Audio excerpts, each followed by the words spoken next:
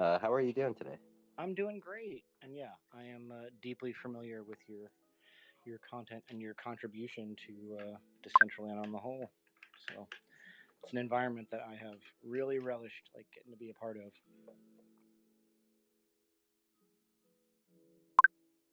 Everybody loves Mew.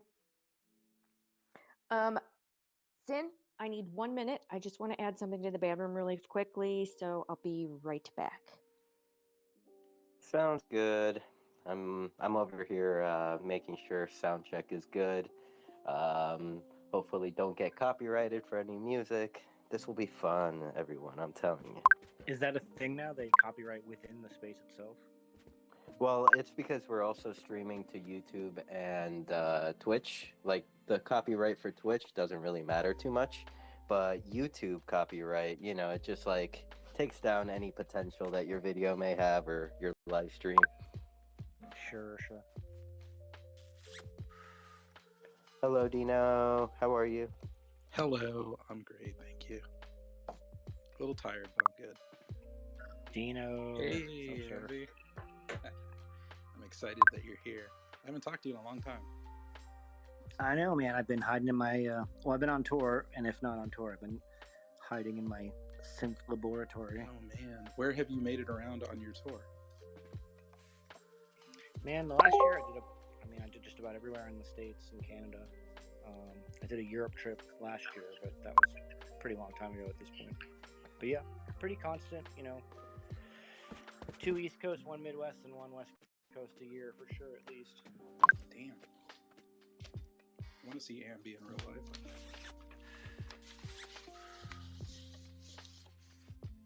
It'll be different because Ambie will be on stage. I'll have to like hide behind a curtain and project myself.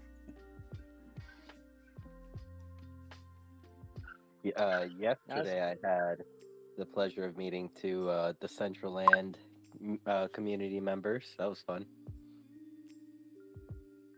Who is that? I met the Crypto Tengu and Meese. Nice. You met him in person? Yep. We met up in Miami. We had a lot of steak. Oh, that rules. Yeah, I haven't met anybody from my crypto life. Maybe I have. I've met a few. I met Never After. Came to one of my shows. That was awesome. We hung. Never After. I don't think I've... Oh, actually, I have seen their name around, but I haven't seen him in a while. He's,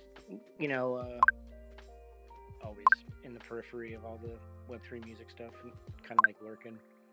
He's a lurker. I think he's working on job stuff right now, but he's going to be a part of the team. I mean, really, the team is just him, D-Fresh, and me.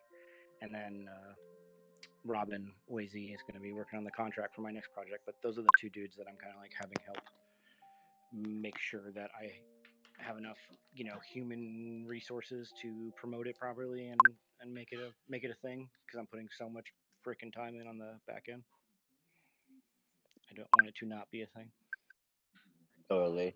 Okay. So, man, I learned something already, and we haven't even started yet.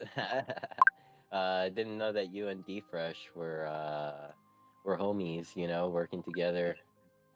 Yeah, man. Like pretty much since I started in the space, like 2 years ago, I would say our sensibilities gravitated towards each other. But yeah, he's a holder and an old friend. At this point, I've considered him a pretty like old friend in the space, at least, and definitely somebody that I run ideas by.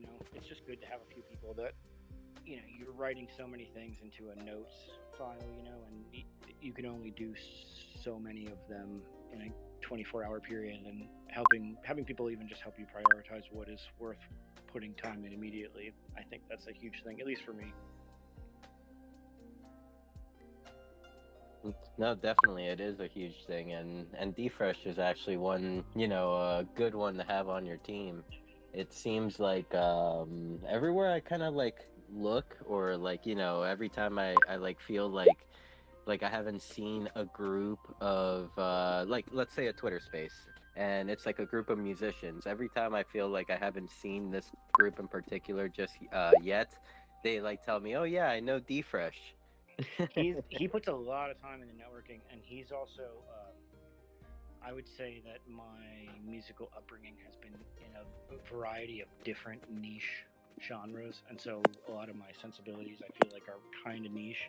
So for me to really get into something, wholeheartedly on a musical level, I feel like I'm a little picky. I'm not saying that everybody isn't, but I feel versus the average bear a little extra picky. Although it's easy for me to root for somebody that's like making cool stuff in any genre, but like as far as what I particularly like, I feel like I can be a little bit harsh in my brain, and I think D Fresh is very lucky in that he can find stuff he likes in a wider, sincerely find stuff he likes in jam music and in electronic music and in singer-songwriter music and in you just go down the list. There's not a lot of like he has a good ear and sensibilities for rap, right? So being able to like wholeheartedly endorse that, whereas for me rap is like I like Kendrick Lamar, I've listened to you know X amount of rap records, my opinion isn't particularly informed, and so it's harder for me to come across as credible promoting a Web3 rap artist, whereas I believe that D Fresh knows what he's talking about in a wide variety of genres. So that's a good dude. I mean, that has led to him having good relationships with a lot of people. He's also very opinionated, so that leads him into trouble sometimes. Oh, D Fresh. That's awesome. I hope he's able to join. Yeah, let me see. Actually, I'll buzz him and see if he wants to come by. Sin, did you? Oh, I just see that you commented that you turned the volume up in Decentraland. Yep. I'm turning all volumes up. Pretty soon we're gonna start like coming in rock music volume. Oh yeah. And Ambie, if you're able to jump in the True Band Room, we're streaming this there as well, and you'll get the show app for this event. And I'll just take this moment to say hello to everybody in the band room, and thank you all for joining here. We are here for week 10. Our episode numbers are strange, because I think this is episode 9, but week 10, since we had a double up for Data Ute. Oh, wait, did we? No, I mean, I don't know. I don't remember anymore. I don't. Well, I think on the show apps, we have 2 episode 7s, because Data Ute was technically a double episode. Yeah, true. Yeah. Well, not even. I would say the one that was supposed to be Data U would be a community meetup or a recap moment, because we did have like a previous guest kind of like pop in and say hello, and we're gonna have to change those names. All right, so do we want to dive into the Ambie Master of Electric Spaghetti? That's my name for him, by the way, because the Ambie Cinematic Universe. Yeah.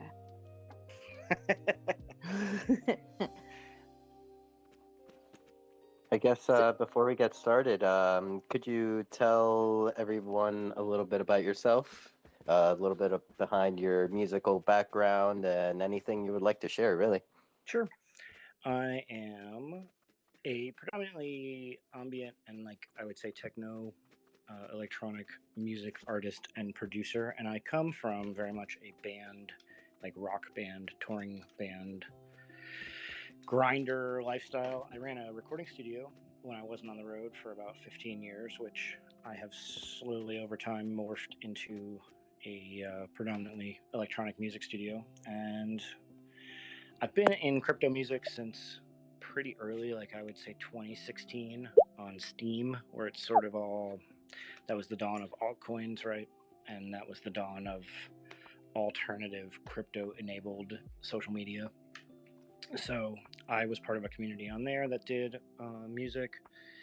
And so that kind of led me to have the right connections to see, what was happening in the first wave of NFTs maybe 2 years ago. I wouldn't say the first wave, but the first, real wave that had a big public adoption sort of phase, I found myself in the right place, and I had been working on electronic music in that original sort of. I'm 70 pieces deep into a generative ambient project using the modular synth, which is this gigantic wall of synthesizers and cables and spaghetti.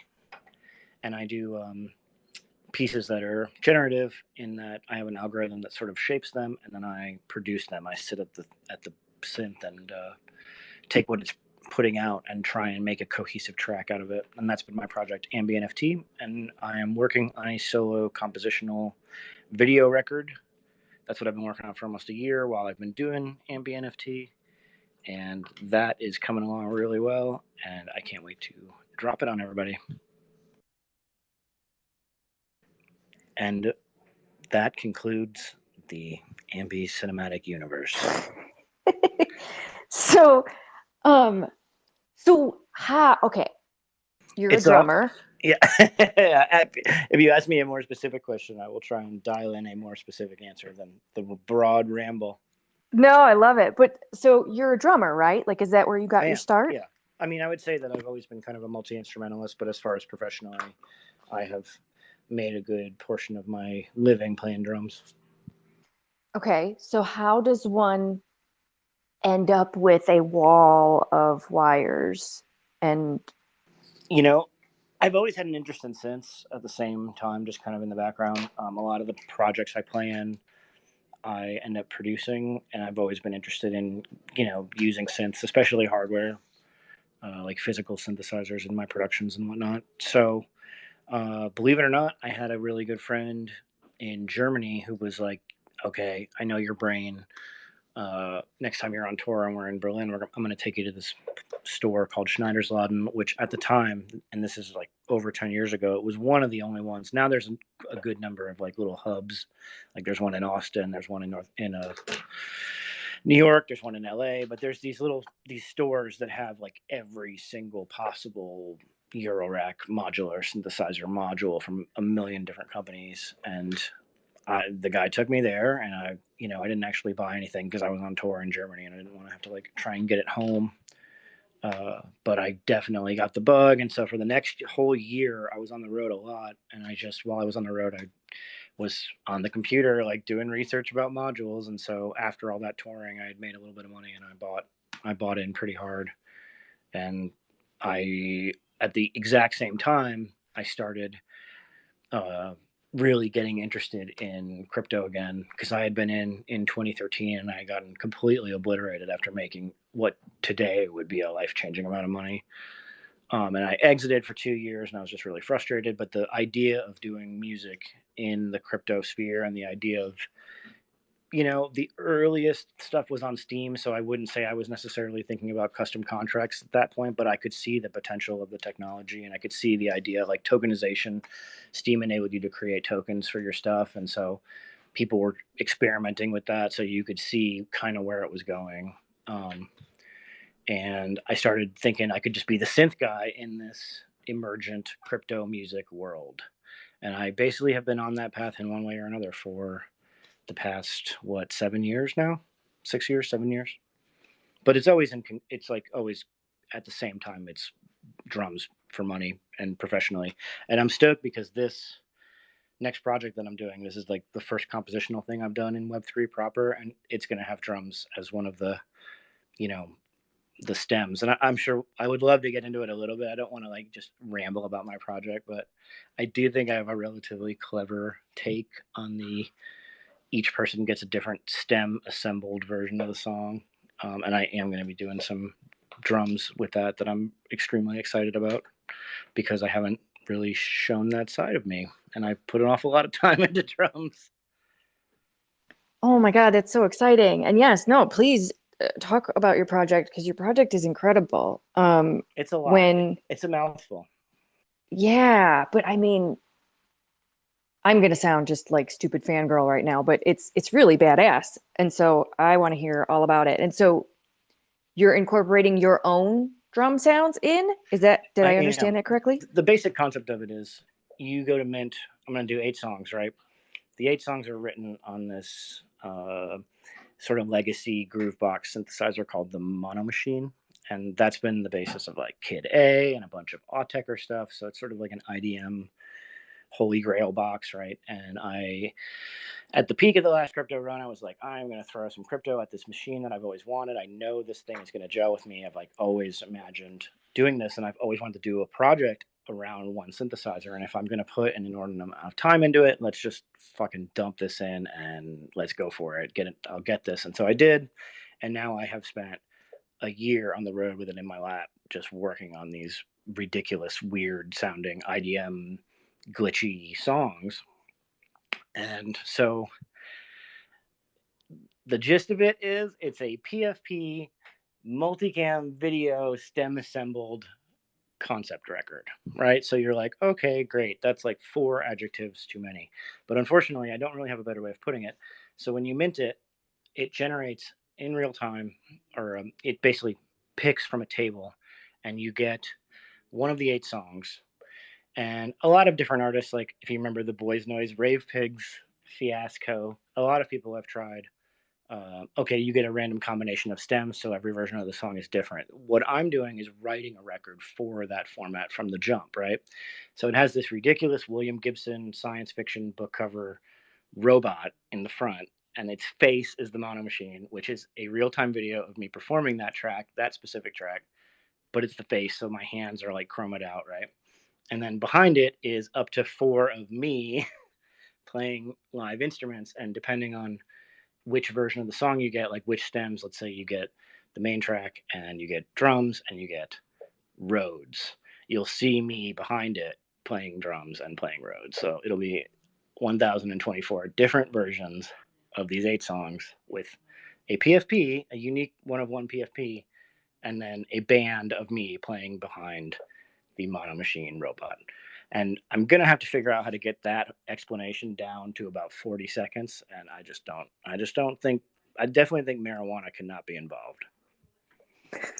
Gotta speed up the talking. It's, I mean, dude, it's like, it's just a lot. But in the end, I think once everybody looks at the video collection, like the actual minted collection, what is there will be like immediately obvious, and it will be obvious which ones have higher rarity and more stems and a bunch of nonsense. And the reach goal, like if this was a Kickstarter and I was trying to raise money and then I had a reach goal, the reach goal is to use Runway to process the up to 4 me playing the instruments in the background with AI text to video, so that it's like different rarities of me on fire or me, but it's an alligator or whatever I can come up with. That's sort of the reach goal. Not 100% positive that we're going to get there. I'll be extremely happy if I can just like get the basic thing done, but I've been setting up a green screen. I've been working on the Mint Pass and the plan with WayZ. I see D Fresh is here. D Fresh is on the squad. And I think it's going to be really cool. I think I'm just going to have to kind of figure out, I have to make like a pretty concise, pretty to the point and catchy looking one sheet for people to like check it out, because the explanation version is a lot. I heard Ambie Alligator and I'm sold. At least that, and me on fire. It's awesome. And hello, D Fresh. Thank you for popping in. I know you just wrapped up dinner with the fam, so I appreciate you being here.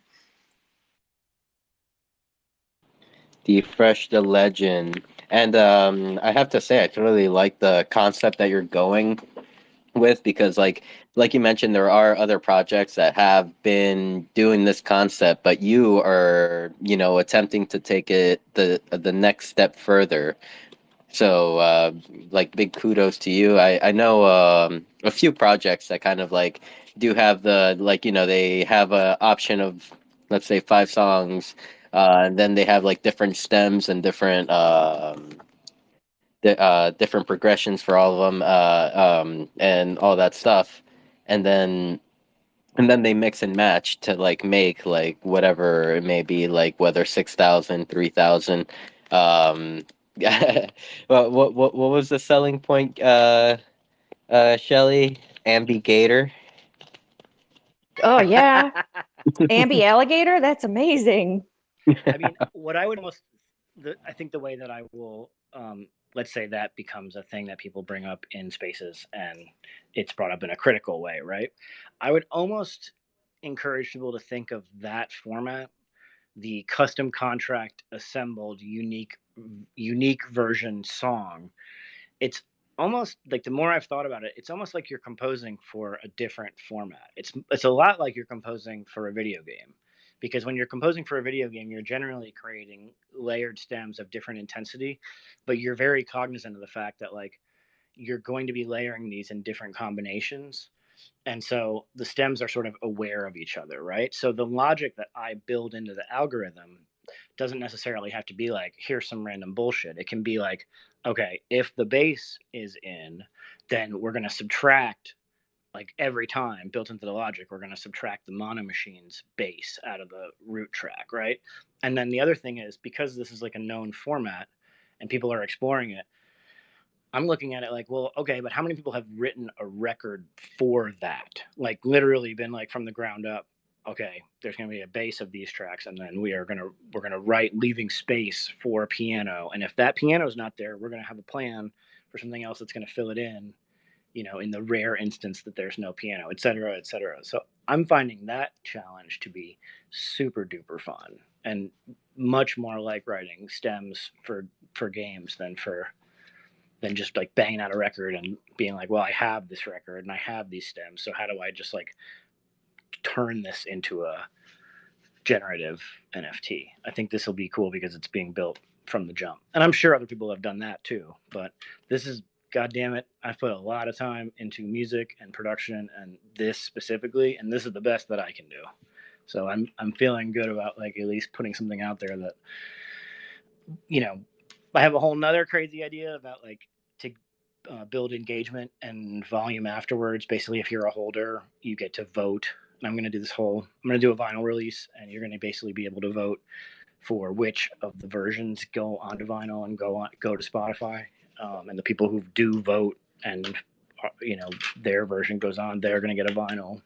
So I've got some ideas about how even that can be gamified, but I think the key is to just write a really cool record for this emergent format of custom contract manipulated records, which someday will probably be way less of a novelty. If more cool, like King Gizzard, for instance, right? To just throw a random band out that sort of like is way out there and willing to explore microtonal music or willing to explore all these different kinds of music. If that band set their mind to writing a custom contract, manipulated record, it would be something that 100 years from now people would be like, holy shit, like this, I can't even believe this happened in 2023.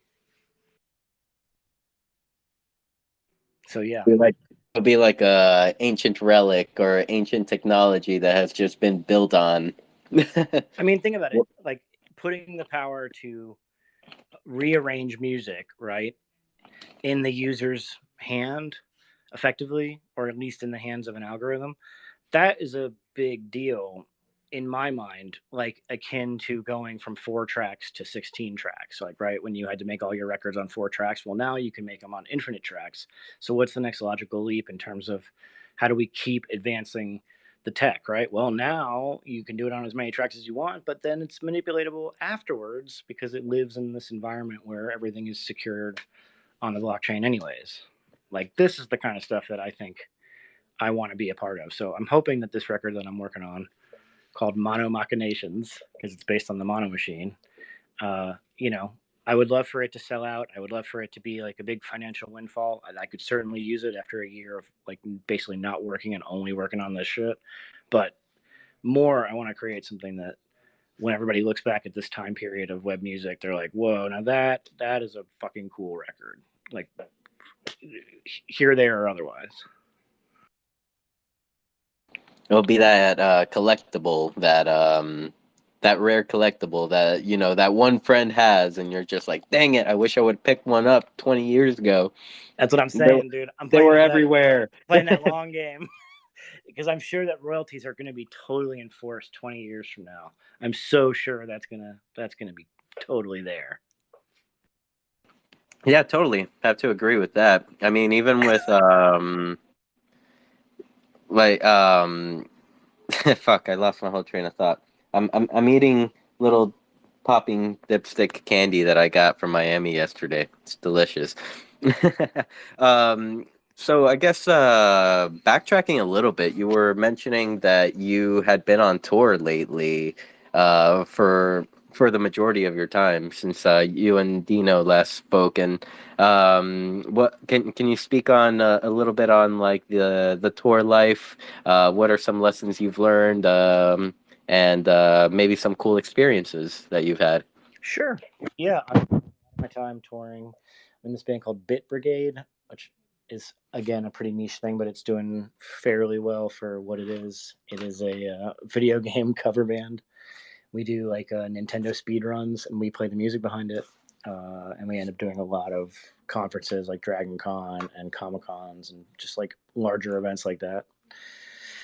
And something I really had to adapt to as I did less and less studio work and did more and more road work was trying to do my studio work on the road, and especially trying to do this project, like being creative on the road. Like it, it can really work as an escape as long as you are disciplined about sort of making the time for yourself and having headphones and just disengaging from the staring out the window talking about nothing in the van for 6 hours disease, which is, after weeks of it on and off, it becomes pretty normal. It's pretty easy to just like get nothing out of those hours. So I don't know, that was always the struggle for me with touring, was to just try and make, because like dude, in a given day at home it would be wonderful to have 6 unadulterated free hours to just work, but when you're in a van it can be a lot harder to, you know capitalize on those hours, especially if you're tired from the night before. So I tend to,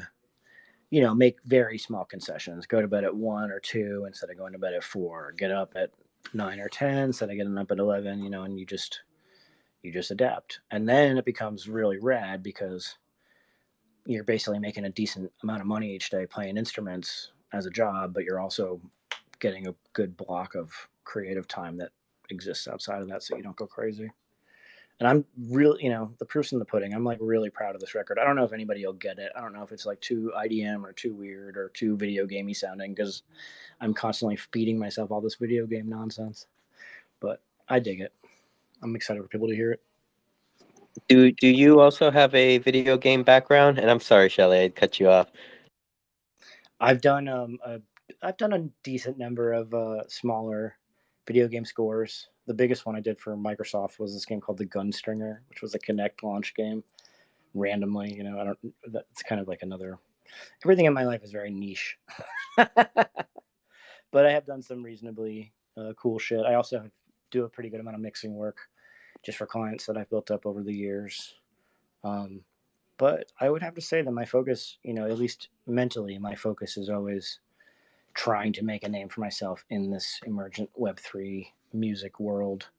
Um, it's just, I find it very difficult to create, to work on workflow, which is something that I'm super passionate about, like in terms of like keep making your studio really efficient and promote yourself at the same time. Like I find doing all three of those things to be, that's just not how my brain works. I'm kind of all in on one or the other. So I haven't done a ton of promotion, because I've been just working and writing like crazy. Hey, this is the promo right here. Let's go. You telling a bunch of friends about the cool shit you're doing, and then the bunch of friends will tell their bunch of friends about the cool shit you're doing, and that's how that's how it continues. Of course. And I mean, I really appreciate you guys having me, man. And I'm just giving me space to just ramble on about my ridiculous Web3 aspirations. But I don't know. I'm gonna definitely get on the grind pretty hard once the record is like pretty close to finished, and it's getting. I'm gonna give myself. I've done enough releases in regular world where there just wasn't enough promotional runway, for whatever reason, because the mastering took too long, because this, because that. So no matter what, I'm gonna pretty much have it done, and then give myself a month or two of grinding Twitter Spaces and just really, like I said, I got to get that explanation down to 40 seconds, because right now explaining what a generative composite video album is. I mean, once you see it, it takes 2 seconds. It's like, oh, I get it. Okay, I see what's happening here. But describing it is cumbersome. A little small piece of advice that I can give for like Yes, even just the please. marketing side. It's like like, yes, allow that month after your project is done to be like the time that you actively speak about your project. But I think it is also very important that, like, in the time that you're building, show up for others. Like, you don't necessarily need Oh, to like totally. speak or anything, but like kind of like be there for others, be there as much as possible for, you know, the next artist that's gonna release something fairly soon or releasing something now. Um, Oh, I'm a huge proponent of it. I mean, for a minute, I was actually hitting Tommy space and Nifty and Fifi space, and I was hitting the regular spaces like as best I could. But again, you go on tour and it's like, well, I can't really do this from the van. So occasionally, I'll just like wear headphones in the van and listen to a space while I'm working, just to kind of be present and know what's going on. But that is like one of those things that becomes super difficult when you're on the road. Just like I had some crazy scenarios where I was like in Europe trying to get to the top of the venue to like I had a space with Telephone Tel Aviv, which is like a very modern, progressive, interesting sort of quasi-industrial sound design artist, and I was so stoked to do this space with him because I've been a fan of his music for forever. And I'm like running to the top of the venue to the roof access just to like try and get my phone to connect because I'm trying to do it from tour. So it's always like shenanigans whenever I'm doing that. But yes, I can't agree more. I'm not really talking about getting on there and like cheesing it up. I find it honestly like you wouldn't get this since we've only really talked tonight and I'm just like blabbering on at length. I actually don't feel like I spend too much time talking about myself. I also don't like to like promise the world and then nothing ever materializes. But it's like once I have something to show for this, which will be soon, I'm gonna I'm gonna get out there finally and like make people aware of it because I don't know, man. It's been a long year working on it. yeah, and it's been a lot of work, even from just listening here, you know, to you telling us about the process of it all. Um, so The hardest part by far, all this like technical jibber jabber aside, assembling it's a grind, but like that's not a big deal. The hard part is getting a good drum take on camera.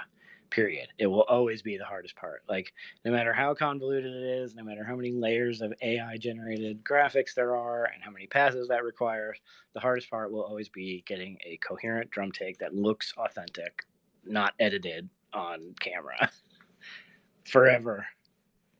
Because oh man, so it's so easy to see when you cheese it. You know, like if I watch a video of people playing live and it's been like heavily edited, I can see it in like so clearly. And so that's one of my big like, you know, they like the classic trite idiom of like perfect is the enemy of good. I feel like I get stalled so hard on shit like that when it comes down to like watching video of myself playing drums. well, that is pretty much like, you know, your thing. That's like something that you would like to perfect. There's nothing wrong with that, and I do totally understand or like see what you mean about like whenever you're watching a music video, you could like clearly see that it's not that you know it's edited to all hell. And sometimes that doesn't matter, you know, like that doesn't matter at all if you're watching a Motley Crue video. You know, no one cares that the crash he's hitting the crash and it actually sounds like hi hat. But like, if the whole point of the project is to you know have a realistic looking band behind you, especially if it's then going to go through AI, like it's got to be pretty tight. And it's been really interesting like learning the AI video side of it because I would not say that I'm coming from a background of knowing anything about that, but like I'm probably going to wear a white tie because if I just wear a black jumpsuit there's nothing tracking the middle of you, right? Like you have to like do all these little sort of concessions to the AI to give it the clues so that it will you know interpret what you're trying to get out of it in a cost effective way because no matter how you slice it, you're going to be paying for that server time. Most definitely. Okay, so being in I like to ask musicians this question, and I maybe even D-Fresh could even like help us with an answer if you would like to answer this one as well. What are your thoughts about Web3 music labels? The reason why I think like you would be someone to ask is because you are currently someone that has assembled a team within Web3, has like, been through the grind of looking for the perfect individual that will help, put it all together. My opinion about all of this stuff is it's different strokes for different folks, right? Like, yeah, I have been in crappy arrangements with record labels, and I've been in arrangements with record labels that meant well and didn't do anything shady, but just didn't deliver on the big promises they made. And so, in the end, were they worth the cut that they took? Questionable, right? To me, it's a two-part question. Basically, I think every person is different. Some people, you just have to embrace that there are certain people who are like, I'm on the spectrum pretty hard, but I'm on the spectrum kind of in a way that I can still accomplish some of the organizational tasks, but I'm close enough to see how if I was even just a little bit worse, I would probably not be able to handle any of the organizational side. So I think it's unrealistic to take somebody that's like predominantly a creative and suddenly be like, okay, you run a fucking business now, like better watch your overhead and like da da da da. Like, there's just some people that you're gonna kill their art by forcing them to be a business person. That being said, I think if you can, anything that you can gain governance over, and this goes for Web 2 and Web 3, the better, right? Like, I don't necessarily need the resources that a platform provides. Having now done a project that's tethered to the OpenSea contract, I learned a ton about what I was paying for that convenience. And I don't see a Web3 record label as anything different than that, right? It's just a different arm of the process being taken over by other people in exchange for a cut. For some people, that's going to be essential. Like, something like that is going to be essential because not everybody can get the ball across the line. And some of the coolest art is going to require, like, Elliott Smith was not going to run a record label. Elliott Smith was going to make music and needed reliable people around him to document it and put it out. That's it, man. Get over it. That being said, if he could have had governance over it, who knows if his life might have shaped up better. Like, there's no downside to that if you can handle it. I definitely struggle with it, but I see the enormous benefits to being able to cherry pick a team. And I feel like to be dead honest with you, I've earned the right to cherry pick the people that I want because I'm fucking dead serious about this project. And I've made and sold 68 music NFTs so far. And I, am not looking to like go take everybody's money. I want to make something that fulfills the financial product side of it, but also stands as a artistic, as something that people were like, "Oh shit, that's a real thing." That dude's pretty crazy, but that's a real thing.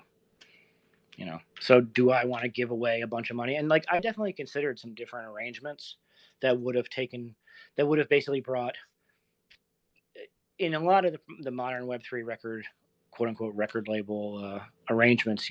You're kind of paying for their email list. Not literally, but their network of contacts, right? Like, Sound XYZ has a large network of contacts that are going to be more interested in buying something that's on platform. Nifty Music has a small community of like super loyal people, right? Who are just going to be more motivated because it's their crew and it's what they're talking about on Discord. It makes total sense, right?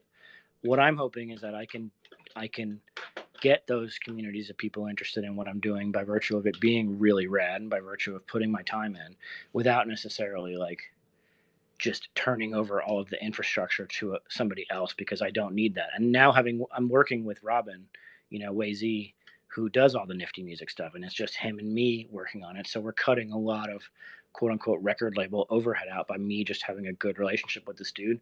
And I think what he's charging me is totally fair, and I'm totally stoked because, you know, it's all well and good to be like, I don't need anybody, I don't need a record label, I don't need this, until you're in the Twitter space the day it launches and nobody can mint because something's jammed up with the contract, and you're trying to be like, all right guys, let's listen to another track, and then meanwhile you're like fucking looking at the Solidity code, like, fuck that, dude, no thanks. Like, that sounds like a terrible idea. So, you know, you're always giving away some amount of the pie. You're always giving away some governance. But I think you just make, in Web3 right now, there's a unique opportunity to make smart selections and bring a DFresh on for promotion, bring a Wazy on for your contract.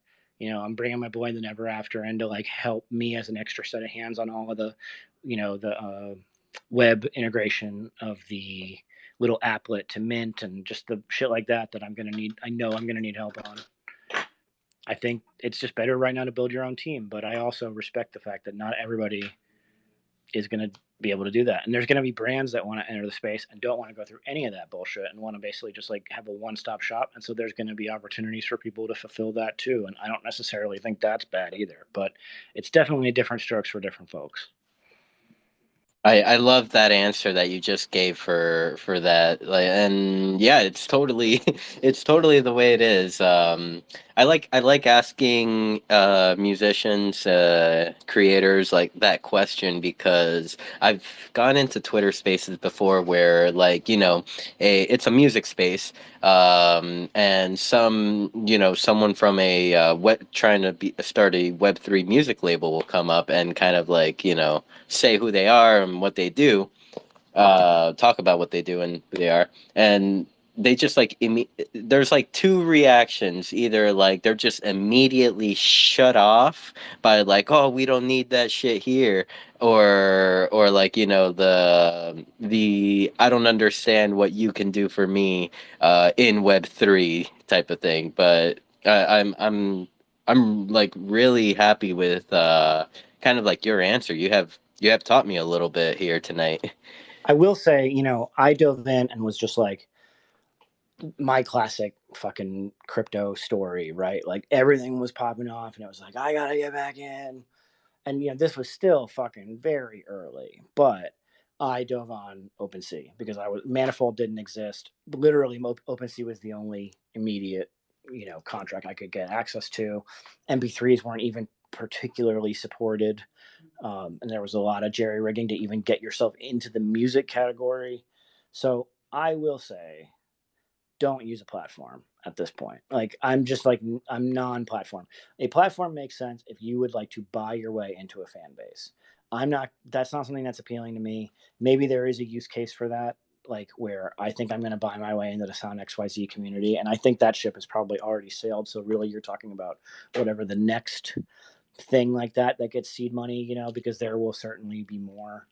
Um, if that's your bag, obviously that's a faster route. Hey man, there's lots of people that I see in this space for a year that have 8,000 followers. I still have under 4,000, but I really do go and try and find people that I think will resonate with me. You know what I mean?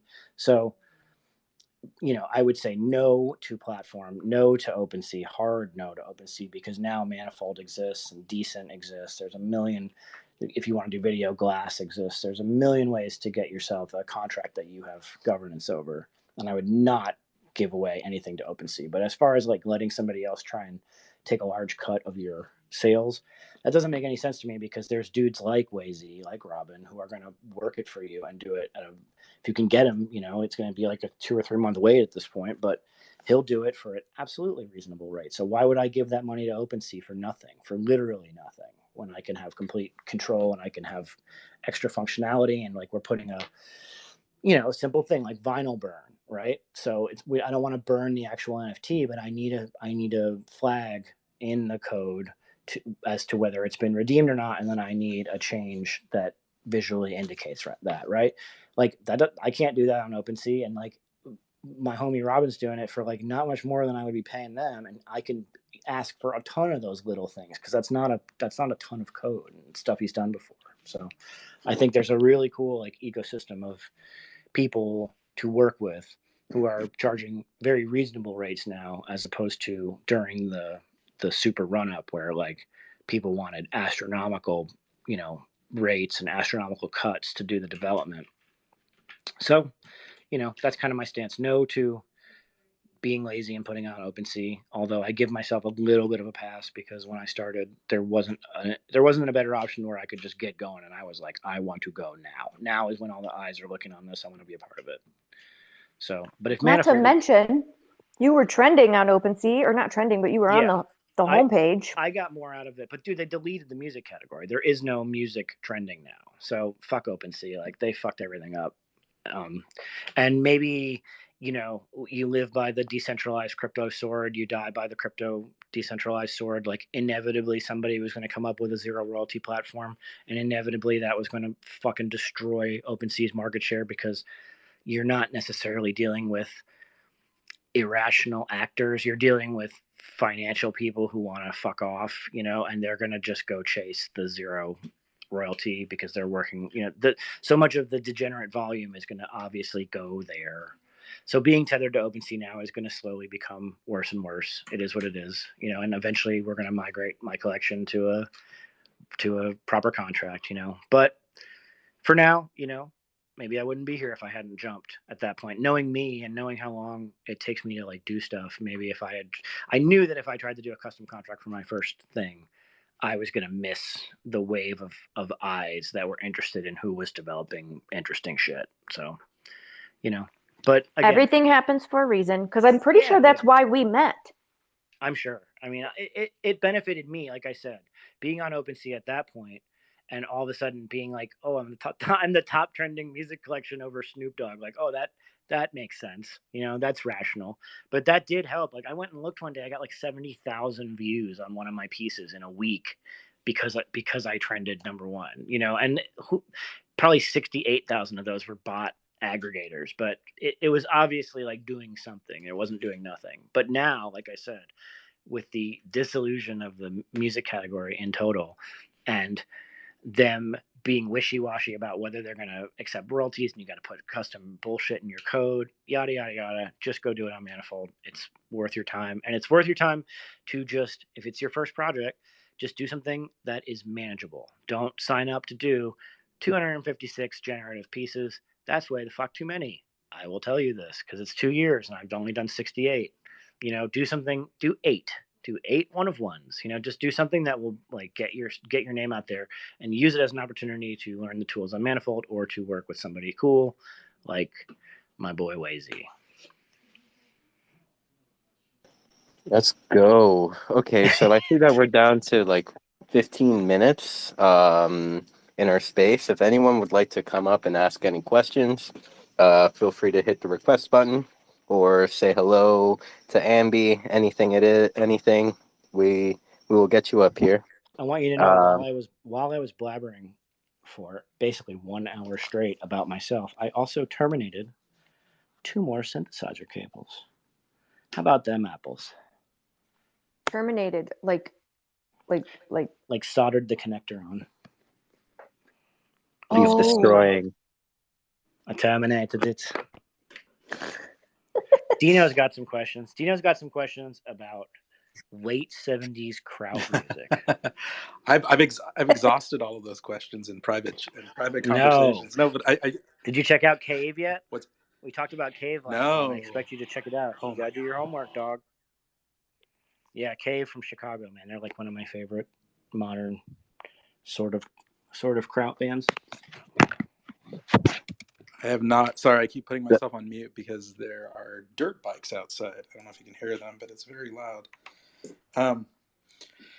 I do have a question. As somebody who has been a fan of sort of experimental noise rock, noisy synthesizer, noisy stuff, all things noisy, for like 30 or 35 years, you know, you talk about sort of like marginalized music and having a sort of a difficult time to get ears on your music or eyes on your project. I'm curious, as popular music over the past, let's just say, I know there's always been experimentation in popular music to some degree, but the experimentation that's taken place in more popular genres like hip hop, as that has happened over the last decade or 15 years, have you seen a more receptive audience on the Web 2 side, or sort of a broader, more receptive audience to what you're doing? That's an interesting question. I would not say that I have had. This is the God's honest truth. I wouldn't say that I've had enough of an audience to really feel a metric like that. I can tell you, for instance, like in Maserati world, right? As post rock became revitalized, I definitely noticed a change in people's appreciation of that band. But like, dude, this is going to be the first record that I put on Spotify, and when I do it, I'm going to put the whole AmbieNFT generative collection I've been doing for the past 2 years. I'm going to finally put that on Spotify as well. But a lot of my stuff has been under Drum Operator, yada yada yada. I don't even think I'm big enough to feel the taste shift. I will say that I hear more, even like post dubstep, right? Like everybody was like shitting on dubstep because it sounded like cartoon crash, sound effect music. But like that definitely came from an interesting sound design place to begin with. I wouldn't say the like popularized sort of extreme sports UFC fucking version of it was appealing to me personally. But you can look at that and sort of say, well, okay, this isn't necessarily good, but it's certainly coming from stuff like Autechre, stuff that really was like for its time in 2008, pretty mind blowing, right? And they've since transcended into just only writing fucking code for music, Max MSP World, which hilariously, if you become a fan of that, you quickly discover somebody like the guy I always reference, Def Beef, who he took music for code and brought it into Web3, and that dude's pieces were trading for over 100 ETH at the peak. So all these weird outsider dudes, how outsider is it in Web3 if a guy's writing music from C++ and it's particularly weird and wacky? It is the farthest thing on fucking earth from accessible. It's almost less accessible than Autechre, and he's doing thousands of ETH in volume, thousands and thousands, tens of fucking thousands. This dude, C++ code, more ostracizing than Autechre. So that's when I saw that, I was like, I have got to become part of this scene immediately, because even if only his followers, right? Even if there's only 100 whales in his community, that you can easily see the overlap between crypto and really out there IDM. It sort of speaks to the same kind of Asperger's brain. It's my people. I don't know how to put it. What's this guy's name again? So Autechre Not Autechre. and Def Beef. Oh, what? Say it again. Def Beef. Def Beef. Are you for real? Wow. Yeah, Def Beef, dude. Def Beef is fucking incredible, and his collection is. I mean, it's come down now. It's definitely taken a hit, like all the blue chips, but his pieces are still trading at about 30 ETH a piece. But okay, like not to like go on a total aside, but what made his pieces so valuable and what really broke him in the crypto at large community was that all of his stuff can be recompiled on chain, as in the C++ code to make each piece lives minted into the blockchain. So both the audio and the video component, even if all formats shift, MP3 is no longer a thing, MP4 is no longer a thing. You can basically use what's in the blockchain immutably minted, and as long as the Ethereum chain exists, you can recompile your piece. Can you drop a link? So, yeah. This is like one of my favorite dudes. This was really like the dude that, I was like poking around, and I am a pretty hard crypto skeptic just because I've been in the game since 2013. I've been cleaned out.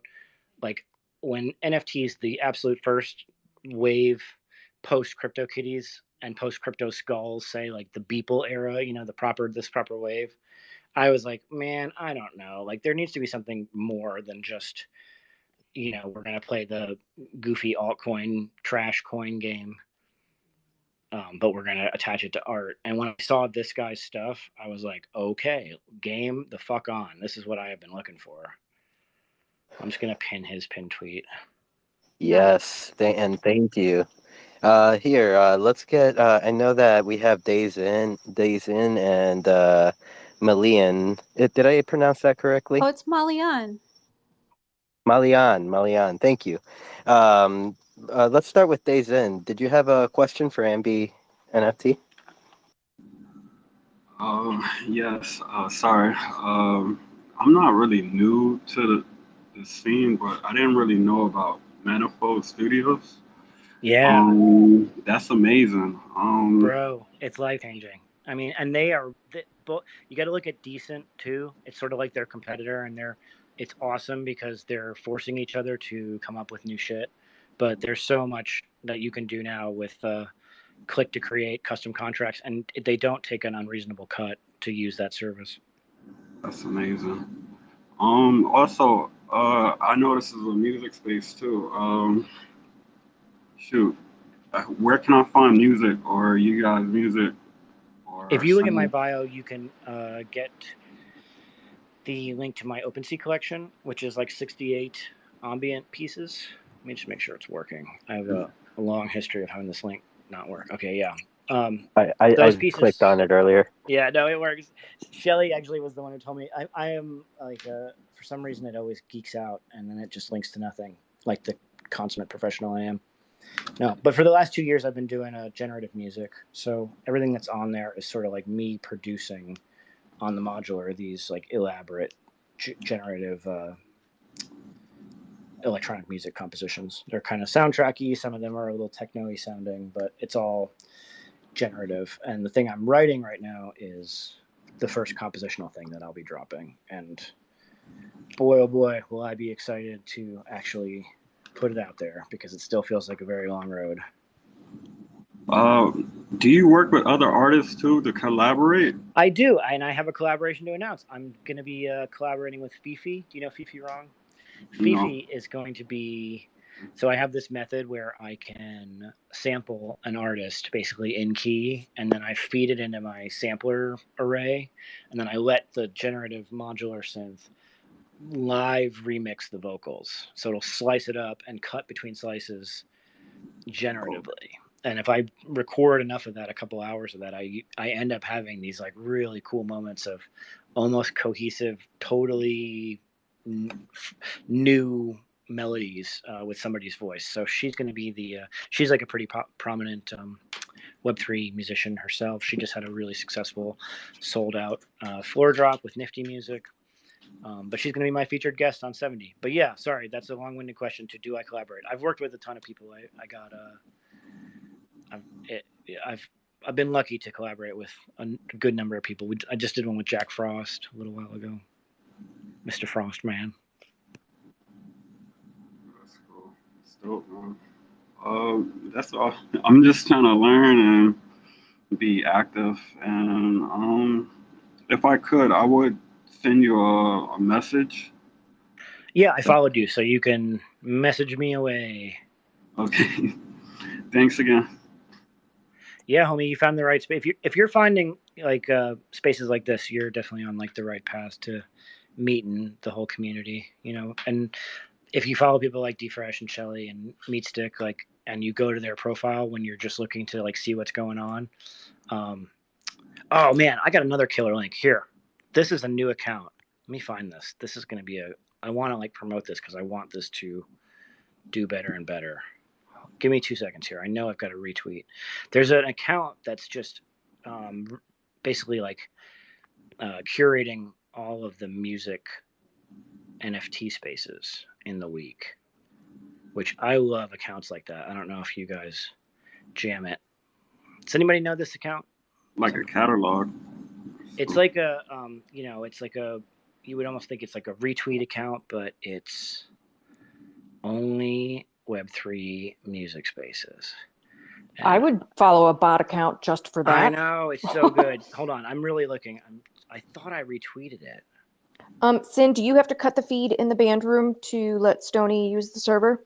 I do not. I am clever. So Stony can get started, and yes, anyone at the band room, Stony is live right now. Oh, no kidding. For Mo Beats.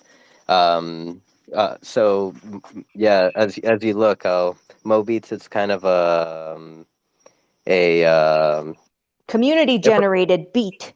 Yes, that. So before everybody leaves the band room, just take a look by the stage. That is Ambie's modular synth made by I am Judas. Oh my God, Judas did such a good job with that. Hold on, so great. I think I know where I can find that thing. But yeah, continue. Sorry, carry on. No, that's okay. No, just for a little history, Ambie played the band room in Decentraland pretty early on. I think it was like maybe a month or two after we were getting things rolling. That was And definitely early. uh-huh. And the Oh, I next found it. time you're able to do a live show, I hope everybody take note. If you see that Ambie's doing a live show, please attend. It is so intense. It is such a badass experience. Like it's memorable. It's absolutely mind-boggling and Oh, I awesome. appreciate it. And I just found it and shared the account. It is called Music NFT Spaces. That is not hard to remember.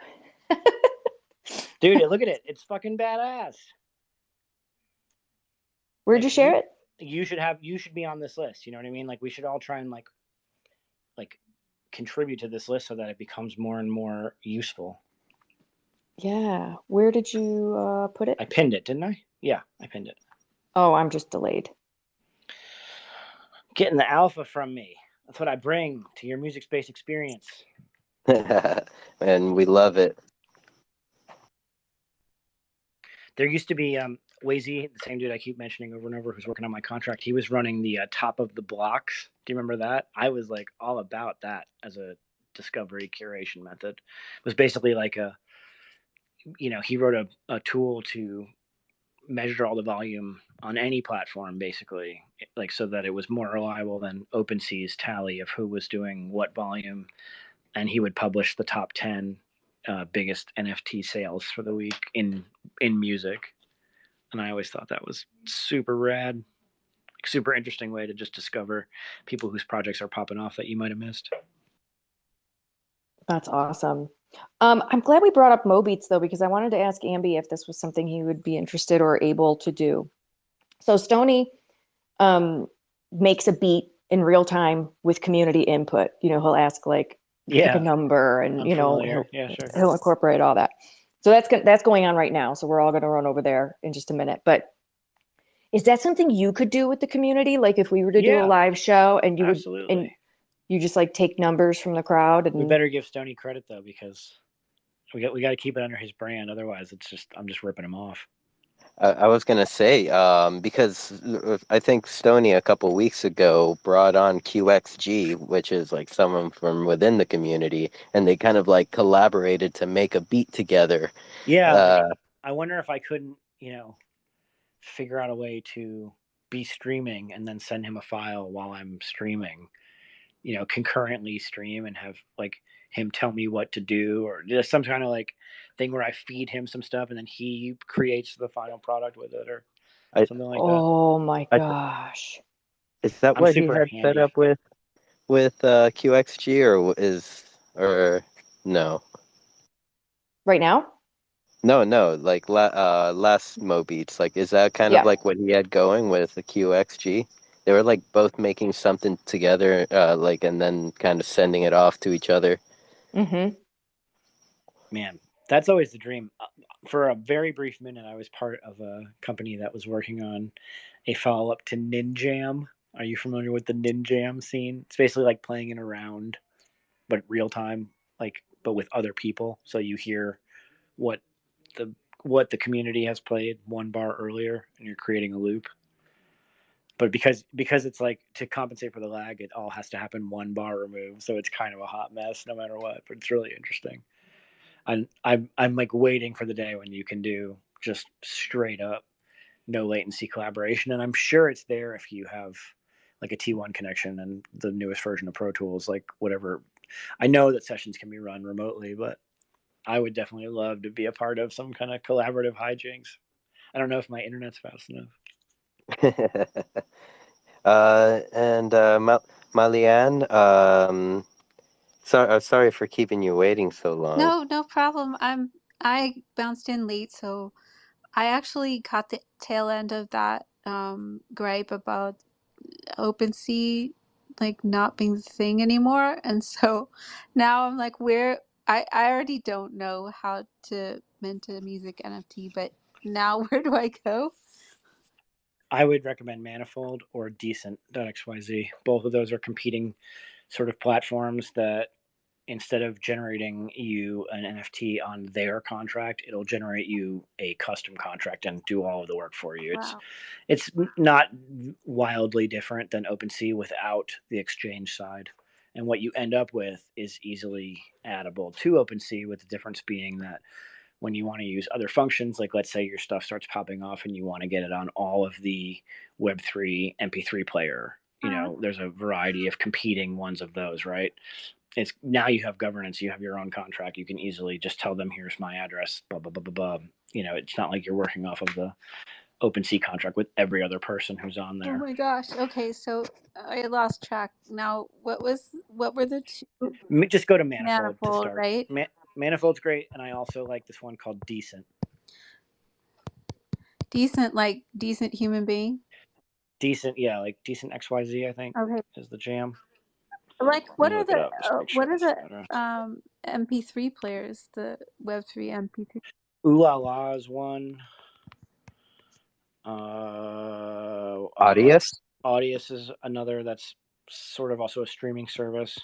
Man, boy, I should be able to rattle off like 6 of these off the dome, and I'm tired and I can't remember, but they're out there. It's okay to be tired. Come on, I mean, Shelly, Fresh, get up here. Tell me how fill us in. Yeah, I'm gonna release a track on May the 5th, The Revenge of the Fifth. It's gonna be lovely. But yeah, and then I also wanted to just kind of respond to some like the the questions about when you're starting something new, what's the opposition really about, and like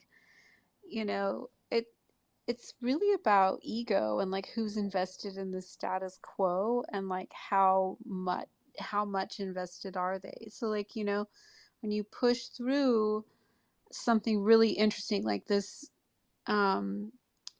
this deaf beef that you dropped it into the space, it's like that's really really far out, but it's advancing so that the whole thing keeps growing. It's a culture. It's like a mycelium. So like you get the first little root out there, and then it slowly gets to be stronger, and then it flips over. And yeah, I mean, having your art on a blockchain is kind of magical, because then you don't have the same type of IP issues that people constantly fret over, because it's how you make a living, it's how you feed yourself.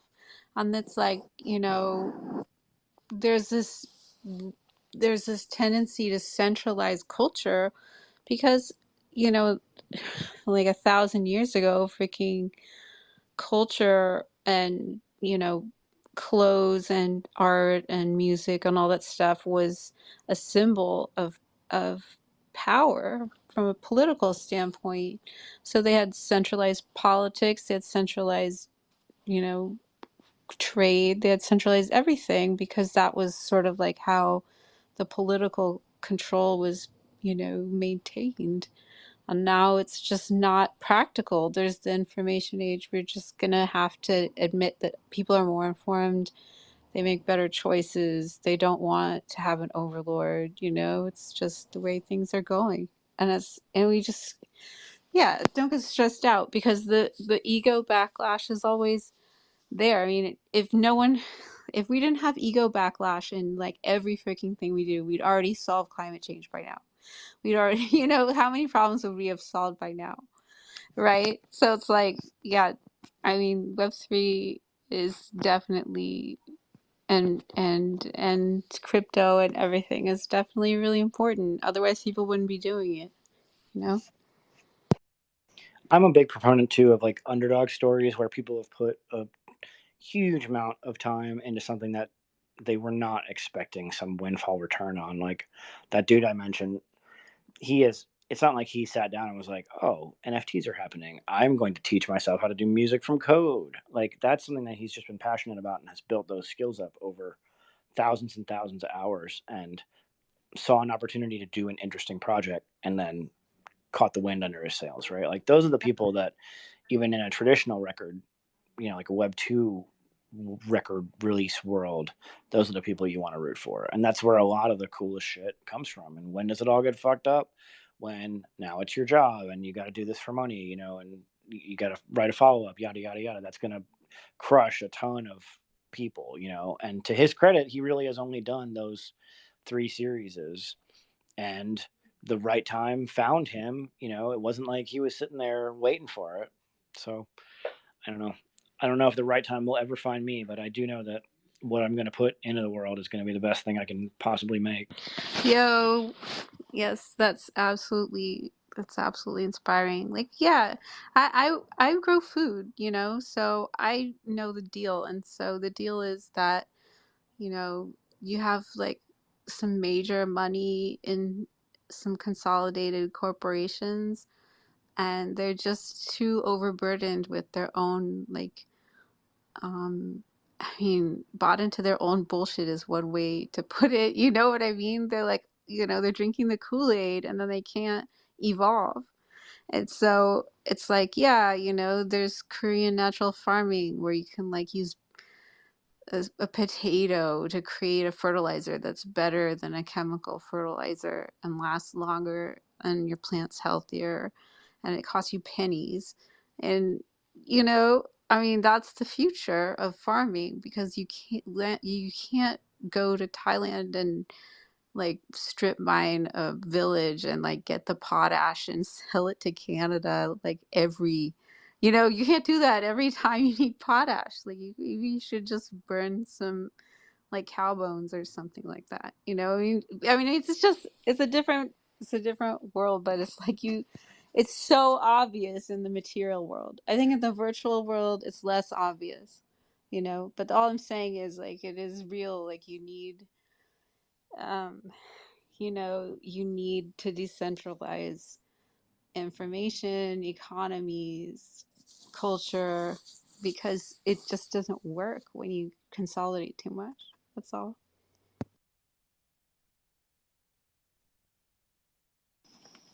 I love how this conversation has been going. We have gone a little bit over our time. Are there any final thoughts before we wrap up? Ambie, anything you would like to say to anyone listening? Just glad to be here. Thanks for having me. Much appreciated. Good conversation. Oh my God, amazing conversation. I'm kind of actually sad that I have to close it, but we've gone a little bit over, and I think Shelly might be hungry over here, or just ready to keep working. Um, Final thoughts, Shelly? Always hungry. I'm always hungry. Um, just thank you to everybody for being here. Thank you to everybody in the band room. If you're still in the band room, head over to Stony's. It's -65, -37 for Mo Beats. And catch Ambie May 18th in Decentraland at the True Festival stage. I don't have time locked in yet, but for Mental Health Action Day with MTV, we'll be rocking out over there for 24 hours straight. And Ambie is on the lineup. And yeah, I think, what else we got? We got a new artist coming into the band room tomorrow. Upper Reality. They're making their live debut in the band room right before Stony Eye MoFi on Monday. So don't miss that. Oh, nice. And yeah, so I think, and Ambie, did you pop into Decentraland today? I did not. Sorry, I'm kind of buried in stuff over here. No, that's fine. I just want to make sure I send you the show app manually because it's yours. Well, yes. Much love. I always it out. love talking to you. Yeah, And so good to talk to you guys.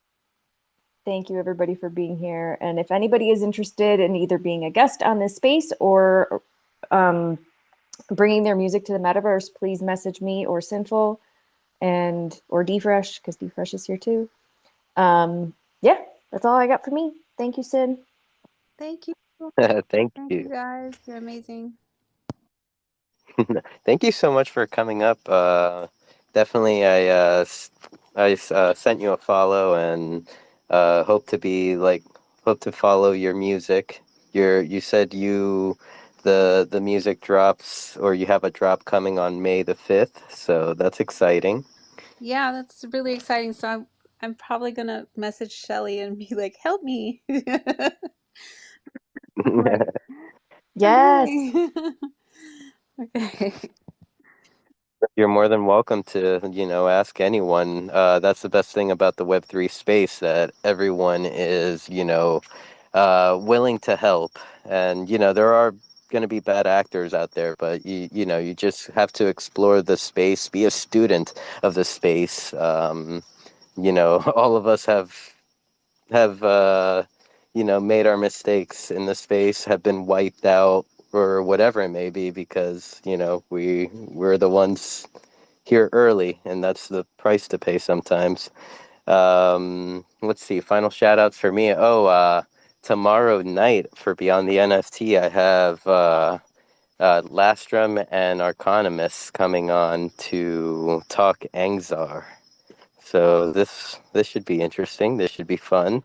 Um, I, I I think the team has been working on something recently, and who knows, might be able to showcase something.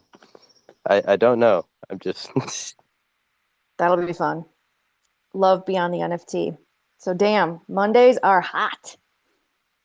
yes, they are. MoFi, ABC. Oh my God, Beyond the NFT. I think there's even more than that. Like there's Art or Die. I think they do something on Monday.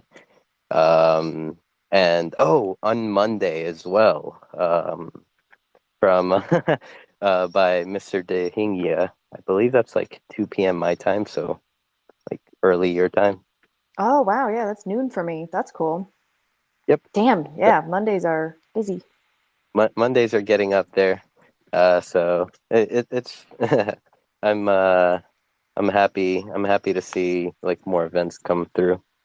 All right, now I'm just getting chatty. Thank you everyone for sitting through. Hey, Days In, good to have you in the space today.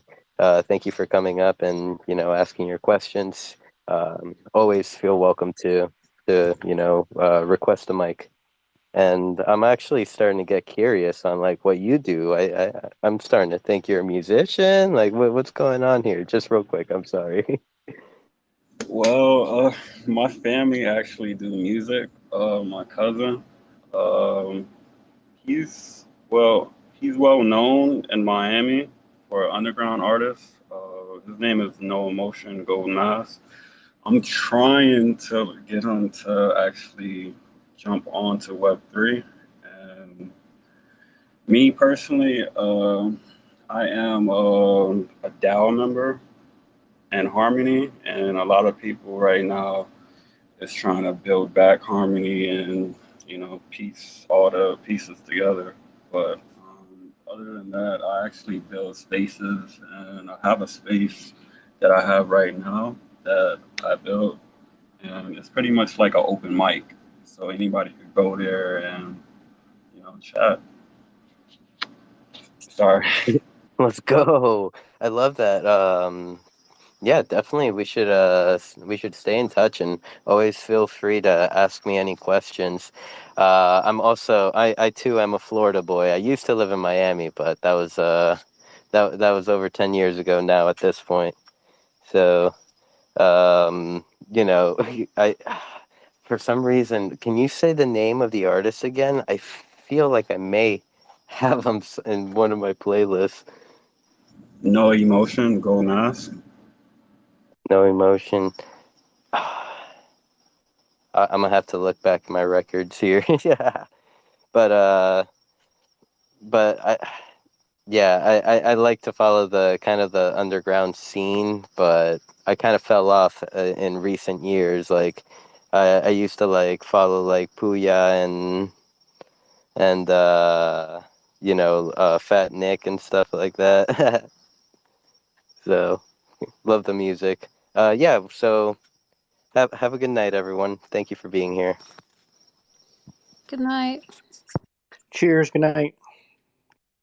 Good night.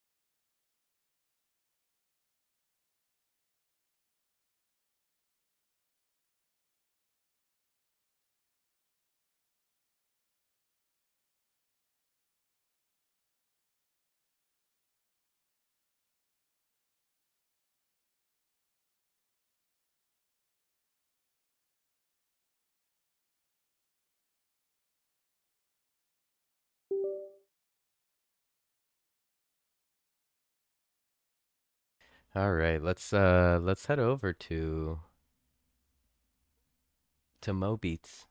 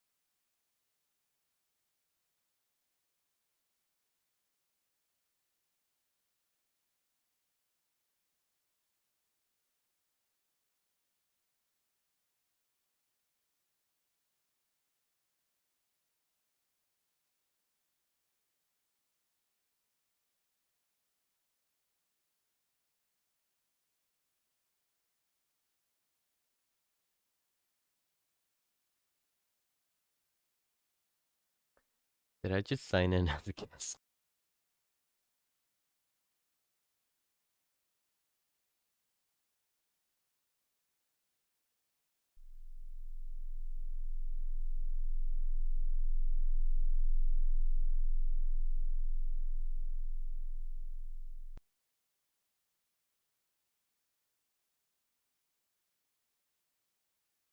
Right, all right, all right. Let's see. Let's see.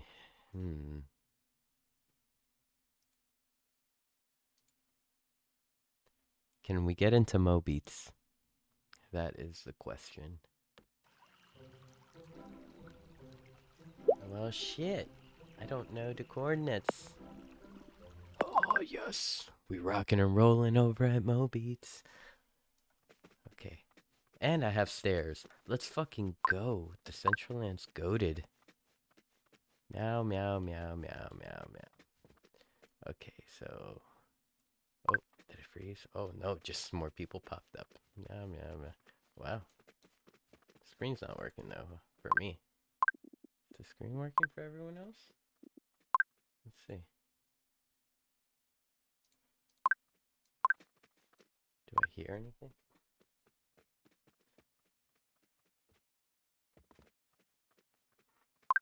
I do not.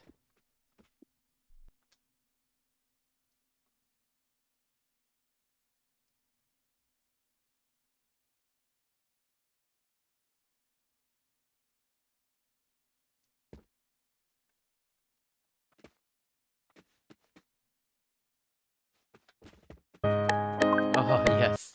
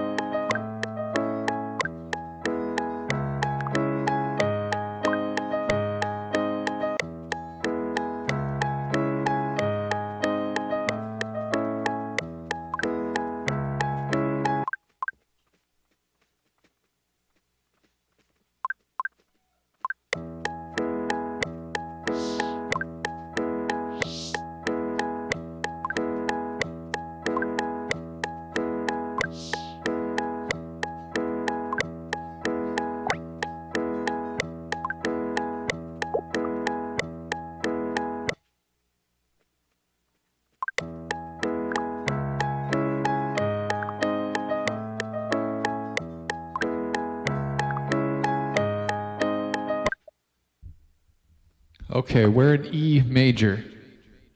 I'm gonna have to figure those chords out here in a second to put the bass to it, but we're in E major. E major, E major. So let's see. Let's find some drum samples. I like the snare right here. The snare is in D. So we will pitch this up 2 semitones, 2 steps, a whole step from D past D sharp to E. And now we are in key. Let me turn on my MIDI controller. Let's get some drums rocking. Let's rock some drums over this.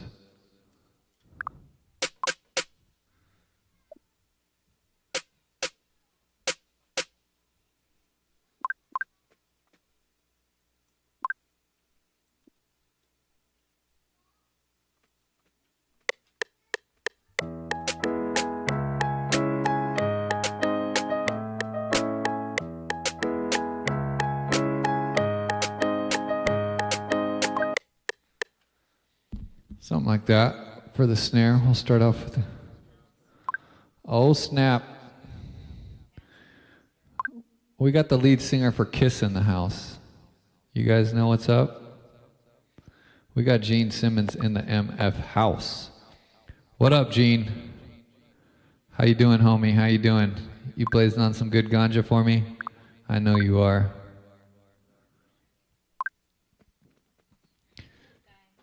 Old guy in the house, but a big shout out to Gene. In case you guys didn't know, this is Gene's build right here. Gene hooked me up with this awesome build that is Stony Eye Studios in Decentraland. So mad love to Gene. Big, gigantic shout out to Sinful in the house also for hosting and providing the means to get this event done.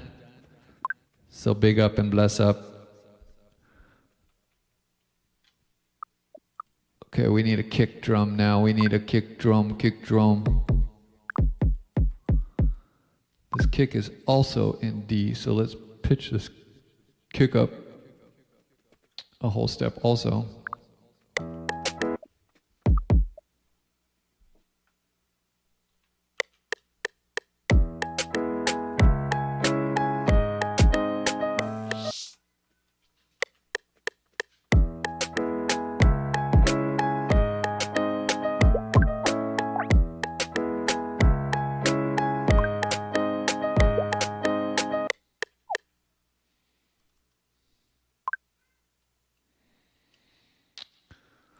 Something like that. I heard a couple snares that got messed up when I quantized them, so we will come over here. It looks like just, oh yeah, that one and that one. Damn, I was rushing. So let's see.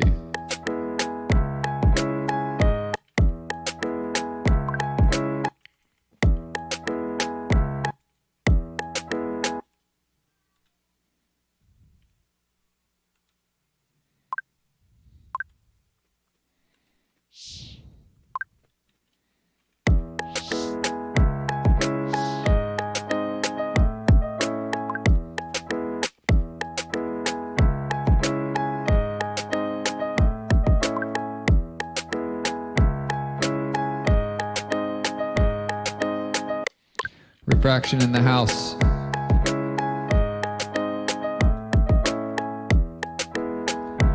So there we go. We got a little something going. Took me a half hour to get this far, but let's see. Let's see if we can't step it up. Okay, so now we need some hi-hats. We need the hi-hats. Let's do some closed hi-hats first.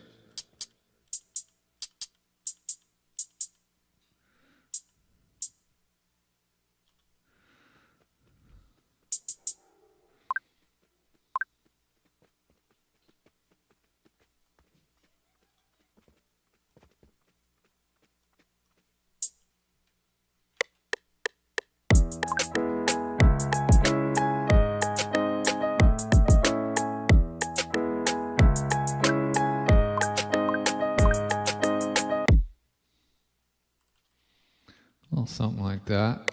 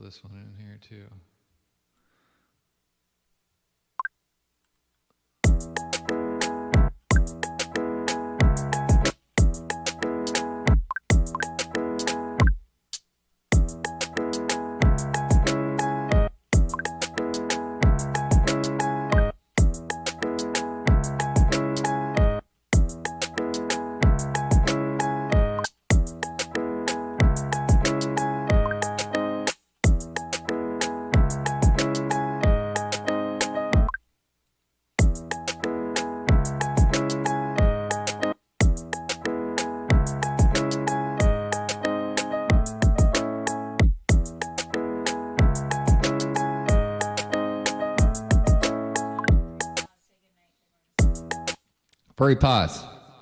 Get a good night rest. Drink some water before you go to bed.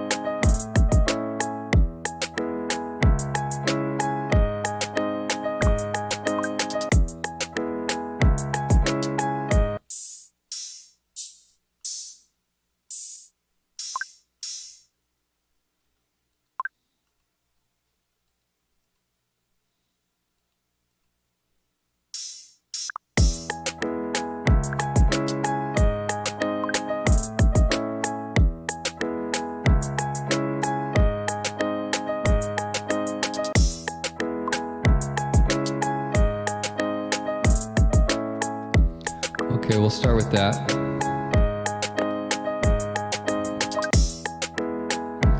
Who just rolled in? I seen somebody roll in. Gaia Crypto. What up, Gaia Crypto?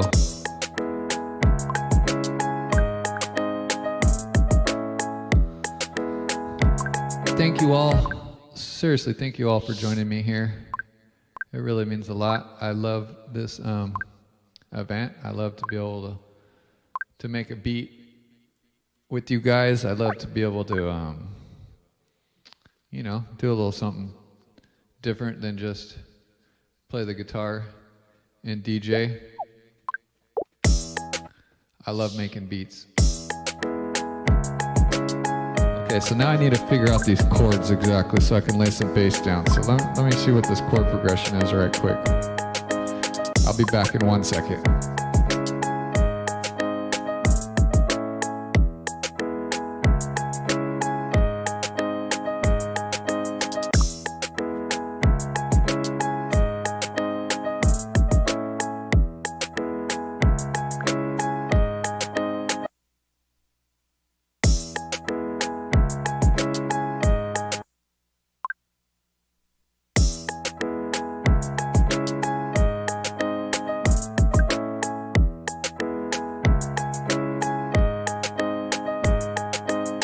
So, to anyone listening, just a little background, or like, you know, yeah, background story, whatever. This is piano beat? No, pianos can't be. We can't call a piano, no. Piano progressions, yes. Yeah, I am aware of the music lingo. Okay, I'm just too high now. I'm rambling. I'm gonna raid over.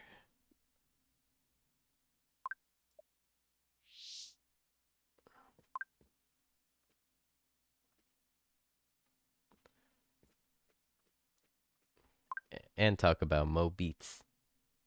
Alright, let's see. What buttons do I press? I press this button. Yes, this is the button. Yes. The button, the exact button I needed. Who do I raid? No, you know what? Okay, I should so just the chords is a 1, 6, 3, 4 progression we got going on, and the second time because I took out that last chord, it's a 1, 6, 3. We got 2 viewers. Let's go. 3. So it goes E major to C sharp minor, G sharp minor to the A major. That's the chord progression that we got.